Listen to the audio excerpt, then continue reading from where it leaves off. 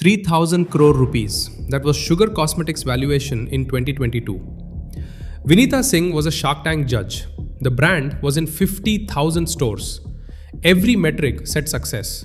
But in May 2026, Sugar is seeking rescue funding at 1,400 crore.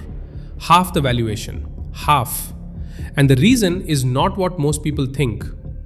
See, everyone talks about Sugar's offline expansion as the problem. Too many stores, too much inventory. But here is what they miss. Sugar's advertising spending in fiscal year 24 was 162 crore rupees on 504 crore revenue. That is 32 paise spent on ads for every rupee earned. More than even Boat's 28 paise marketing ratio. And here is the brutal part. Despite all that spending, revenue fell 21% the next year.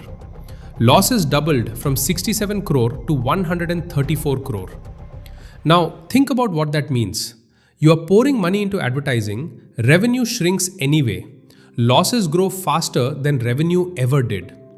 The company raised 800 crore total from 73 investors, including L Catterton, the luxury investment arm of LVMH. By fiscal year 26, revenue had fallen to 380 crore, less than half of what they raised in funding. That is not a bet gone wrong, that is the fundamentals breaking.